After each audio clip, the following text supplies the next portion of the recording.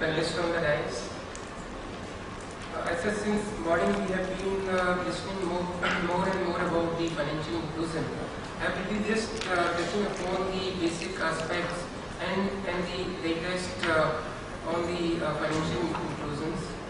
The financial inclusions basically, as per the RBI definition, is the process of ensuring access to appropriate financial products and services needed by all sections of the society in general and vulnerable groups such as weaker sections and low-income groups in particular at affordable cost in a fair and transparent manner by mainstream institutional players.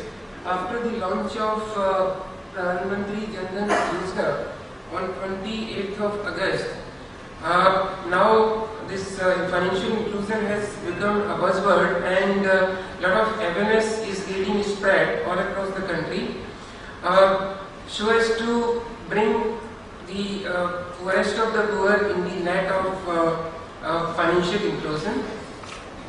And some of the important objectives is to extend financial services to the large unserved population of the country to unlock its potential, growth potential, and in addition to this, we have to strive more towards inclusive growth and by making financing available to the poor in particular.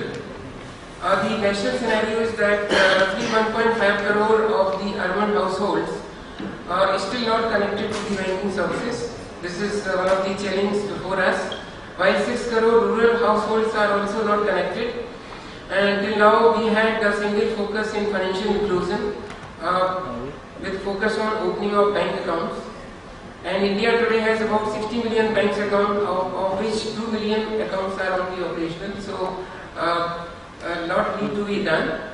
Another area is the housing finance. Prior to Indian Railways, in fact, my earlier assignment was in Ministry of Urban Development. Ministry of Housing and Poverty Alleviation has got the mandate of providing now houses to the poorest of the poor in the country, and so housing finance has become a very important area. So here again, we need to provide credit to people for buying houses up to 10 lakhs or lower. International discourse is that we are not only talking about financial inclusion, this subject is also at the center stage of international discourse. Even the G20 countries discussing financial inclusions currently. I think we have heard a lot about the opportunities in the rural sector, in the service sector, in the agriculture, contact farming, then supply chain management with respect to the supply of foods and grains. So all these are the opportunity areas. I am rushing through so as to cut down on time. The challenges before us to cover vast geographical spread, small value and high transaction cost, limited outreach, and infrastructure, technological and administrative, as well as organizational challenges. Madam has already narrated about the initiatives of RBI, but the important ones are the KYC requirement for opening bank account, less for small accounts, which is currently now happening.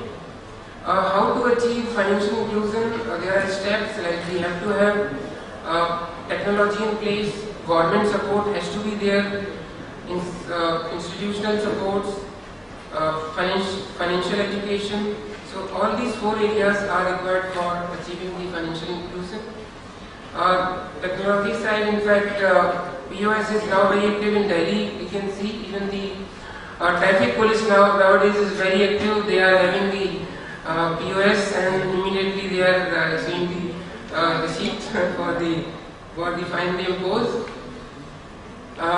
There are regulations needed, and we have got the financial regulators are in place. Though we have technology in place, but the interoperability is one of the concern. Where though we have the systems, but systems need to be standardized, and so that that we don't have problems with respect to the transactions. We have got certain limits to access to financial inclusions.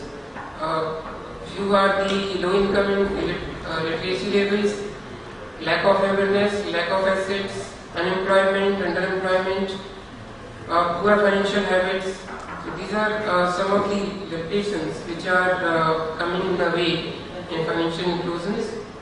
Important aspect for financial inclusions are that we need to have more and more ATMs, massive push on RuPay card, which was discussed, and POS machines will make banking more accessible for all. eKYC is another great move to better financial inclusions being taken up by government with these new initiatives. The positive approach by the banks, as we have listened from our panelists, I like to conclude by saying that all these stakeholders, RBI, SEBI, NABARD, banks, government, civil societies, they have to work together for meaningful and purposeful collaboration. Adequate infrastructure such as digital and physical connectivity, uninterrupted power supply, this will boost financial inclusion initiatives. Banks are allowed to develop the business and delivery models, operations through the BCs, which will be viable, and the number of transactions will also increase. On the demand side initiatives, we have to create awareness, literacy as the national strategy, curriculum in the schools at national level, and sensitization efforts to be made so as to bring the cultural and attitudinal changes in the mindset of all stakeholders. I can say it is possible that in banking in all 6 lakh villages, a big challenge, but definitely achievable. We have got an opportunity to contribute in a bit changing lives of underprivileged. Let us put our hearts into it and pursue as personal agenda to make it a passion of our life for successful financial inclusion. Thank you very much.